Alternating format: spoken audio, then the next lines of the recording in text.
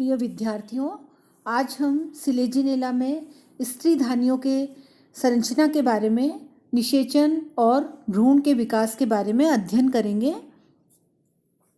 Structure of archegonium, fertilization and embryo development in selaginella. तो सबसे पहले हम देखते हैं कि जो आर्किगोनिया होती है, जो कि फीमेल गैमेटेंजियम होती हैं, इनका जो डेवलपमेंट है वह फीमेल गैमेटोफाइट पर होता है। और यह फीमेल गैमेटोफाइट जो होता है यह मेगास्पोर से विकसित होता है। तो जो फीमेल गैमेटोफाइट आप चित्र में देख रहे हैं, यह सिलेजिनेला का फीमेल गैमेटोफाइट है।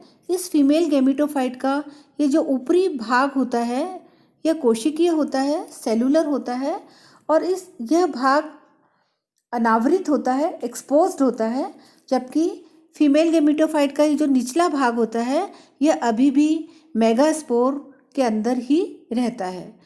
तो ये जो ऊपरी पार्ट है यह ऊपर की तरफ प्रोजेक्ट करता है, और इस ऊपरी भाग की सभी जो सतही कोशिकाएं होती हैं या सुपरफिशियल सेल्स होती हैं, उनमें आर्किगोनिया बनाने की क्षमता मौजूद होती है।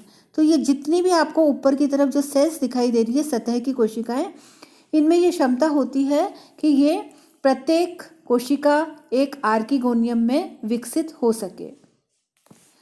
तो यदि हम सिलेजिनेला की परिपक्व आर्किगोनियम का स्ट्रक्चर देखें तो हम देखते हैं कि आर्किगोनियम जो होती है उसके दो पार्ट्स होते हैं।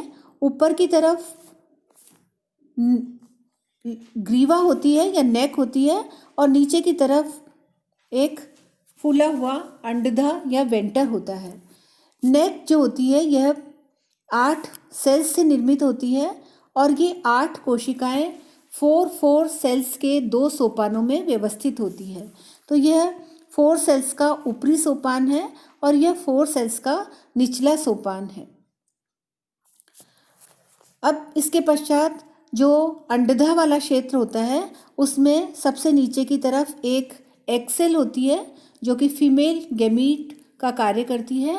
उसके ऊपर एक वेंटर कैनाल सेल होती है और उसके ऊपर एक नेक कैनाल सेल होती है।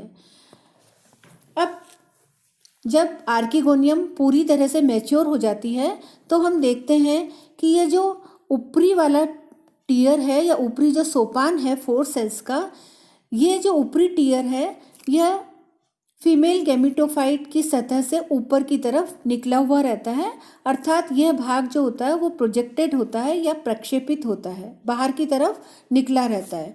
और बाकी का ये जो पूरा पार्ट है यह फीमेल गैमेटोफाइट के अंदर धंसा हुआ रहता है या एम्बेडेड रहता है। अब हम सिलेजिनेला में फर्टिलाइजेशन या निषेचन की प्रक्रिया के बारे में पढ़ते हैं। तो निषेचन जो होता है वह सिलेजिनेला क्रूसियाना में जो फीमेल गैमेटोफाइट होता है वह गुरु बीजाणुधानी से जब मिट्टी में गिर जाता है उसके पश्चात होता है। अर्थात ये जो फीमेल गैमेटोफाइट है, ये फीमेल गैमेटोफाइट फर्स्ट आर्किगोनियम बनने तक गुरु बीजाणुधानी में ही स्थित रहता है। जब फर्स्ट आर्किगोनियम बन जाती है तब यह फीमेल गैमेटोफाइट गुरु बीजाणुधानी से मिट्टी में गिर जाते हैं, और उसके पश्चात ही निषेचन का प्रोसेस होता है। निषेचन से जस्ट पहले जो स्त्रीधानी की जो नेक सेल्स होती हैं, ये चारों नेक सेल्स एक दूसरे से अलग अलग हो जाती है, और अलग हो जाने के कारण इनके बीच में एक ओपन मार्ग बन जाता है, एक खुला हुआ या प्रवेश के लिए एक मार्ग बन जाता है। और इस मार्ग में से होकर के जो पुंगणु होते हैं या एंथीरोजोइड्स या जो जिनको हम मेल गैमीट्स भी कहते हैं, ये स्त्रीधानी के अंदर प्रवेश करते हैं। अब ये जो एंथीरोजोइड्स होते हैं ये ओस अथवा वर्षा के जल में तैरते हुए स्त्रीधानी में प्रवेश करते हैं। यहाँ पर एक स्त्रीधानी में एक ही एंथीरोजोइड प्रवेश करता है। अब प्रवेश करने के पश्चात एंथीरोजोइड जो होता है वह इस एग के साथ संयोजित होकर के या निषेचित होकर के जाइगोट का निर्माण कर लेता है। तो ये जाइगोट जो है वह डिप्लॉइड होता है, क्योंकि इसके संयोजन में मेल और फीमेल गैमीट भाग लेते हैं, जो कि दोनों ही हैप्लॉइड होते हैं। तो इस प्रकार से एक द्विगुणित युग्मनज या डिप्लॉइड जाइगोट का निर्माण हो जाता है। अब हम सिलेजिनेला में एम्ब्रियो डेवलपमेंट या भ्रूण के विकास के बारे में देखते हैं।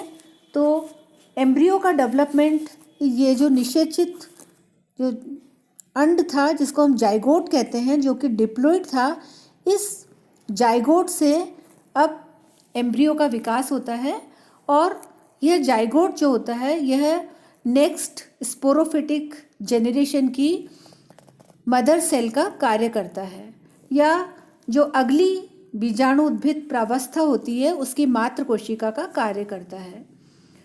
अब इसके विभाजन से भ्रूण का विकास होता है। तो भ्रूण इसी डिप्लॉइड जाइगोट से निर्मित होता है। जाइगोट का जो फर्स्ट डिवीज़न होता है ये अनुप्रस्थ होता है और इस अनुप्रस्थ विभाजन के कारण दो सेल्स बनती है। ऊपर की सेल जिसे हम एपीबेसल सेल कहते हैं या सस्पेंसर सेल कहते हैं, और नीचे की सेल जिसे हम हाइपोबेसल सेल कहते हैं या एम्ब्रियोनिक सेल कहते हैं। ये चित्र में देखिए आप, ये आर्किगोनिया का वेंटर है और उसमें ये जाइगोट निर्मित हो जाता है, जिसका ये फर्स्ट डिवीज़न जो है ये ट्रांसवर्स होता है इस प्रकार से, और ऊपर की तरफ की जो सेल है एपीबेसल सेल ये सस्पेंसर सेल कहलाती है, और नीचे की जो सेल है हाइपोबेसल सेल यह एम्ब्रियोनिक सेल कहलाती है।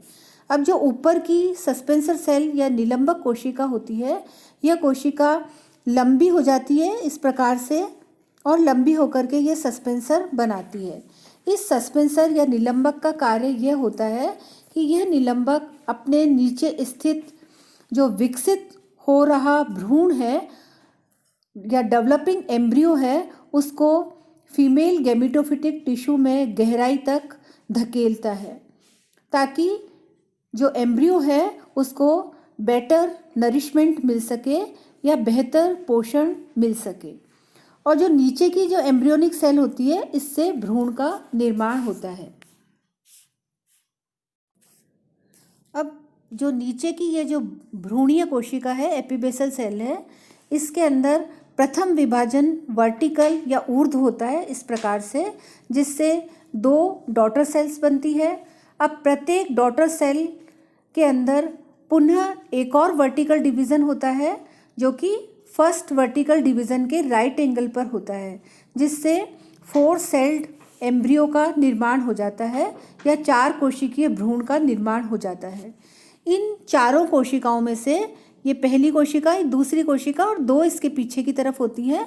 इस प्रकार से यह 4 सेल्ड एम्ब्रियो की 4 कोशिकाओं में से एक जो सेल है वह ओब्लिक वॉल के द्वारा, इस प्रकार से ओब्लिक वॉल के द्वारा विभाजित होती है, और इस तरह से ये जो सेल बनी है ये एक त्रिपृष्ठीय या 3 कटिंग फेस वाली एक सेल बनती है, और इस सेल को हम भ्रूणीय प्ररोह की शीर्ष कोशिका या apical cell of the embryonic shoot कहते हैं। और यह जो कोशिका जो बनी है, एपिकल सेल बनी है, यह एपिकल सेल जो होती है यह आगे चल कर के सिलेजिनेला का स्टेम या तना बनाती है। अब इस 4 सेल्ड एम्ब्रियो की शेष 3 कोशिकाएं तथा यह जो एपिकल सेल है या शीर्ष कोशिका है इसकी सिस्टर सेल अर्थात कुल 4 कोशिकाएं, ये सब एक अनुप्रस्थ भित्ति के द्वारा विभाजित होती है इस प्रकार से, और हमारे पास में 4 कोशिकाओं के 2 टीयर्स बन जाते हैं या 2 सोपान बन जाते हैं। ये अपर टीयर है और ये निचला टीयर है। तो इस अपर टीयर के अंदर भी या ऊपरी सोपान में भी 4 कोशिकाएं होती हैं और निचले सोपान में भी 4 कोशिकाएं होती हैं, और इसके अलावा एक यह एपिकल सेल होती है। तो कुल मिलाकर के हमारे पास में 9 सेल्स होती है इस समय भ्रूण के अंदर।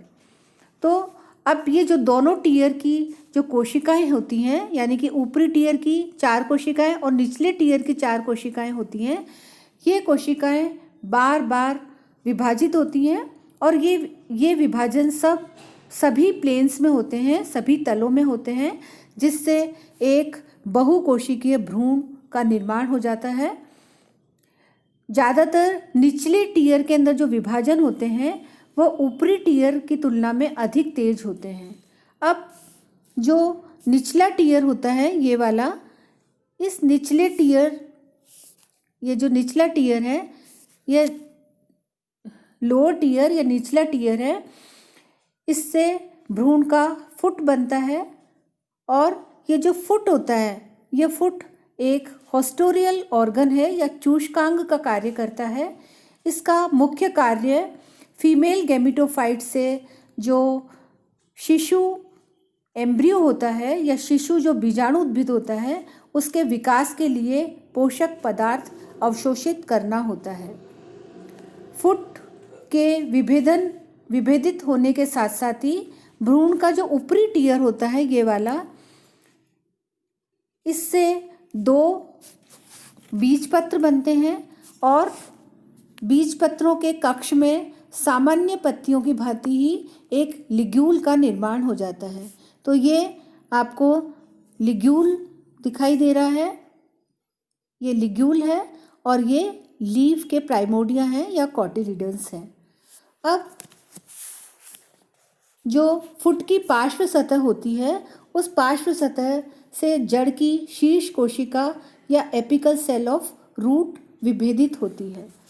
तो ये जो रूट की एपिकल सेल होती है या जड़ की जो शीर्ष कोशिका होती है, इस कोशिका की स्थिति ऐसी होती है कि अनुकूल परिस्थिति आने पर जो जड़ होती है वह सरलता से गुरु बीजाणु की फटी भित्ति से बाहर आ जाती है। जड़ की शीर्ष कोशिका के विभाजन से उत्पन्न कोशिकाएं एक अन्य संरचना जो कि जड़ के समान ही होती है, जिसे हम राइजोफोर कहते हैं, बनाती है। और वास्तव में जो जड़ें होती हैं वे राइजोफोर के शीर्ष पर ही विकसित होती हैं। अब प्रारंभिक अवस्था में ये जो एम्ब्रियो है या जिसे हम यंग स्पोरोफाइट कहते हैं, ये अपनी वृद्धि के लिए भोजन का अवशोषण फीमेल गैमेटोफाइट से करता है और फुट के द्वारा करता है। सस्पेंसर इसको नीचे की तरफ धकेलता है और फुट का कार्य यह होता है कि वह डेवलपिंग एम्ब्रियो को या यंग स्पोरोफिटिक प्लांट को भोजन प्रोवाइड करता है। इस अवस्था में जो एम्ब्रियो होता है वह गुरु बीजाणु से संलग्न रहता है, परंतु जल्दी ही स्टेम व जड़ के स्थापित होने पर बीजाणु उद्भिद से स्वतंत्र हो जाता है। तो इस प्रकार से हमने ये सिलेजिनेला की लाइफ साइकिल को विस्तार से पढ़ा है।